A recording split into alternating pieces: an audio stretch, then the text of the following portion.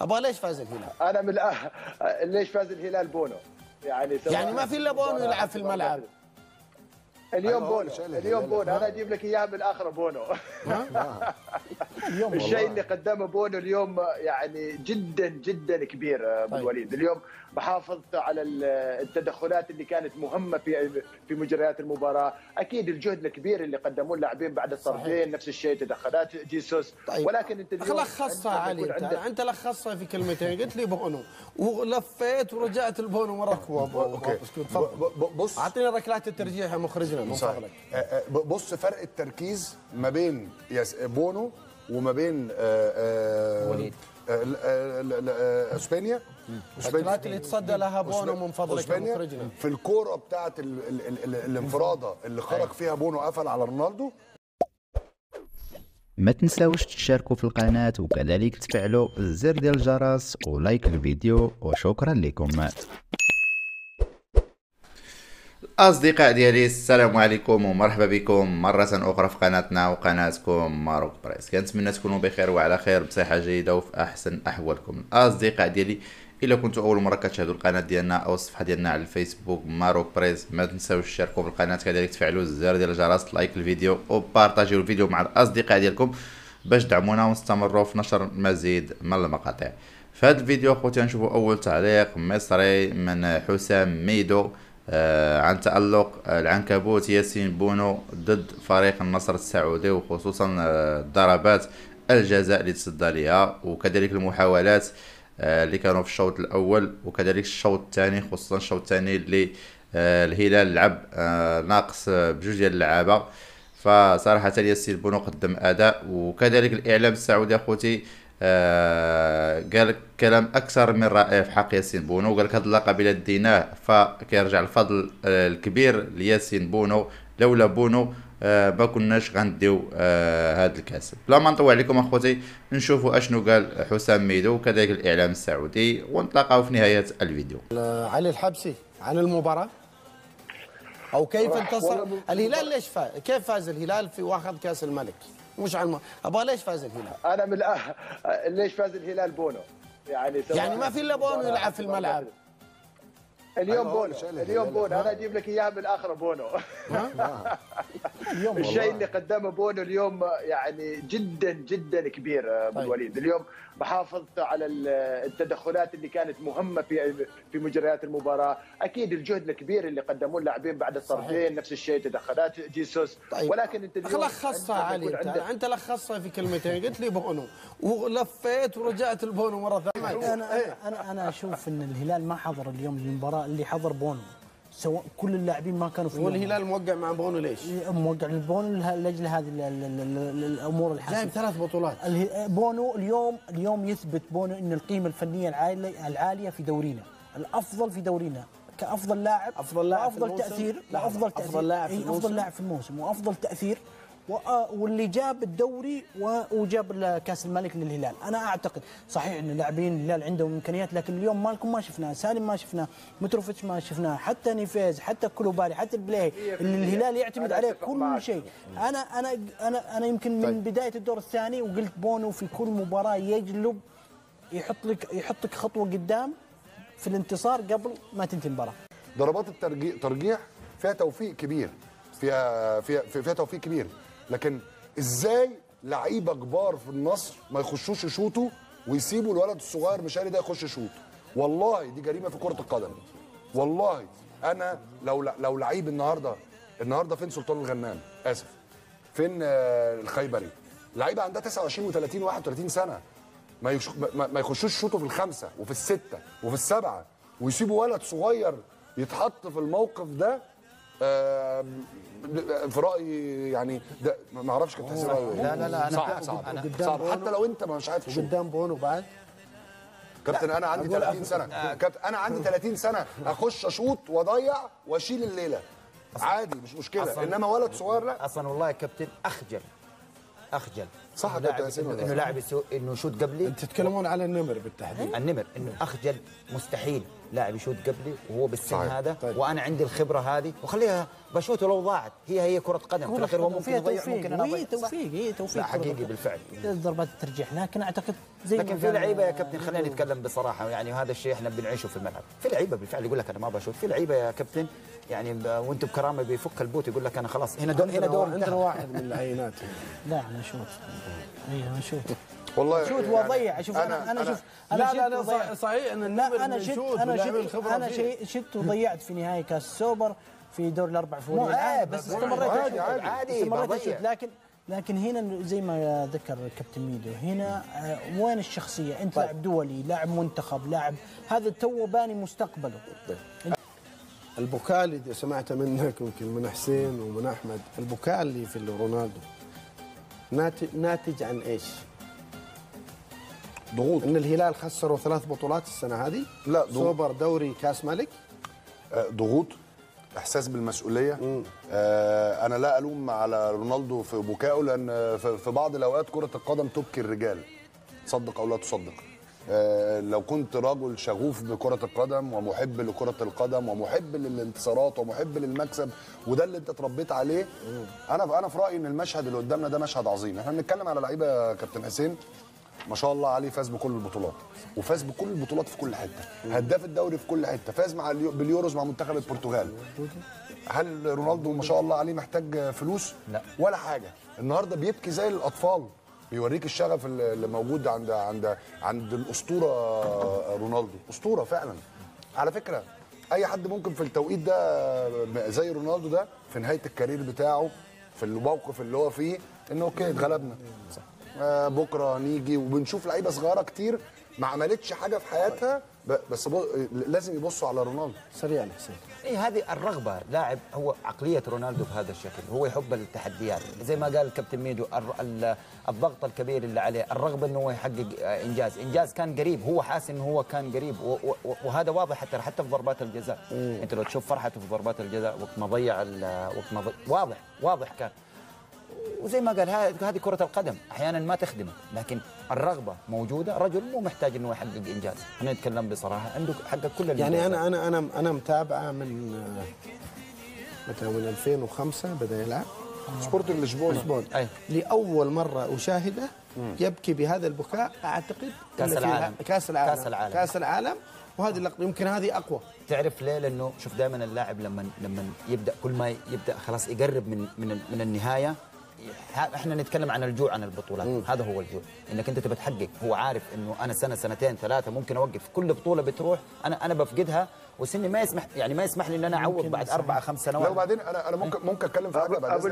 ابو الوليد اتفضل. انا اعتقد هذه من اهم اللقطات في مشروع المملكه في جلب اللاعبين. لقطه رونالدو اليوم تعطيك مدى اهميه وجود هذا اللاعب في المملكه. اليوم تجيب قيمه لاعب جمع كل بطولات العالم، وتشوف هذه اللقطه بعد المباراه، اعتقد هي من اهم اللقطات اللي راح يتعلم منها كل صغير وكبير مدى اهميه المسؤوليه، الحرص، الشغف لكره القدم. بعدين حتشاهدها الان تصديات بونو في ركلات الترجيح. وش الاصعب؟ والله الاصعب اعتقد اللي جاب البطوله ولا اللي شالها من النصر، ولا جاب البطوله الاولى ولا الثانيه؟ هذه الاولى اصعب ابو الوليد، الاولى اصعب.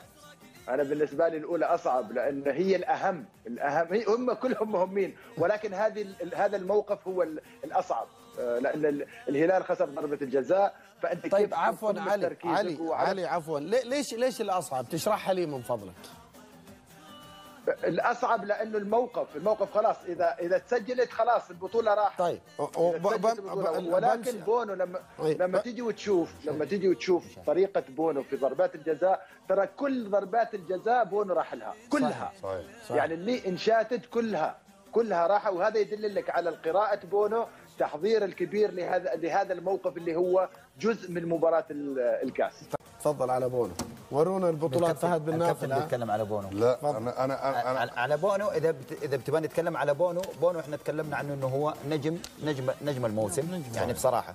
وعلامه فارقه في الهلال وفي منظومه الهلال، في يعني على مستوى الموسم، مو بس على المباراه هذه. ف انا اشوف انه هو بالفعل يعني زي ما قال الكابتن علي، هي الاصعب كانت الاولى لانها كانت هي الحاسمه. تسجيلها خروجك من البطوله. انا اشوف روح قول رايك. بص اعطينا ركلات الترجيح يا مخرجنا من فضلك. بص فرق التركيز ما بين بونو وما بين وليد اسبانيا. الركلات اللي تصدى لها بونو من فضلك يا مخرجنا. في الكوره بتاعت الانفراده اللي خرج فيها بونو قفل على رونالدو اللي طولت منه، وبتاعت اسبانيا اللي اخطا او اساء في التقدير في ان هو يوصل للكوره. كان يعني قيمه حارس المرمى. لكن انا عايز اقول كلمه بس للمشارك. اوعى تزعل واوعى تحبط، انت راجل وتحملت المسؤوليه، واي لعيب في العالم ممكن يضيع ضربه جزاء. المواقف اللي زي دي هي اللي بتصنع اللعيبه الكبار. انا بس بتكلم على بونو في ركله جزاء الاولى. شوف، هي كانت حياه او موت. تكلم حياه وموت، ترى كره قدم هي مش تفسر. يا بطوله يا تطلع. ايش الهدوء اللي موجود عنده والتركيز والقرار اللي ماخذه وعين على اللاعب. اتكلم على ركله جزاء الحسن علي الحسن. ايش الهدوء اللي موجود فيه بالنسبه للقرار؟ الهدوء، التماسك العصبي. يا اخي حراس كثير في العالم تلقاه يتنافس في اللحظات هذه. ايش التماسك اللي موجود عنده؟ شيء غير طبيعي. لذلك المغرب وصلت الى نصف نهائي كأس عمي. ولا لما تشاهد مع البرتغال اعتقد اخرج البرتغال في ركلات الترجيح، ولا انا غلطان؟ واسبانيا حتى، واسبانيا بعد بخرج رونالدو مرتين في كاس العالم وكاس الملك. بونو جالس رونالدو هنا للعلم، اعتقد ما سجل عليه ولا هدف. لا ما عاد ركله الترجيح هذه بس. في حارس ينقذ اهداف، وفي حارس يجيب لك نقاط، لكن في حارس يجيب لك بطولات يا علي. بونو اكيد. بونو هذا الموسم انا بالنسبه لي جلب كل البطولات، اللي هو الرقم واحد في الهلال. اعطى كل المسؤوليه اللي يعني اللي ليش جلب لهذه المواقف. حارس متمكن، قيمه كبيره، خبره، هدوء جدا كبير في المرمى، سواء في ضربات الجزاء في اثناء المباراه، ثقه اللاعبين، ثقه المدافعين، كيف يتعامل معهم نفس الشيء بشكل جدا كبير. المواقف الصعبه او مثل هذه المواقف تحتاج مثل بونو. انا يعني من الاشياء الكبيره اللي اكتسبها بونو خلال مشواره في الدوري الاسباني اعتقد جدا جدا واضحه في اثناء هذه المباراه. واحد والله انا برايي انا كمهاجم انا بعمل اساسيات المهاجم صح. يعني ايه مثلا؟ يعني انا مثلا اتربيت من وانا صغير ان الكره بدماغي لازم احطها في الزاويه المقابله، ولازم افتح عيني. ده تكنيك زي لعيب التنس لما بيلعب سيرف صح. لو عمل التكنيك غلط انا بعمل الصح. الجول كيبر شالها خلاص. طب واللقطه هذه لا دي ياسين بونو جامد قوي فيها. وبص قافل الجول جامد يعني بصراحه ياسين يعني بصراحه وهذه اكتر من 50% من الفريق.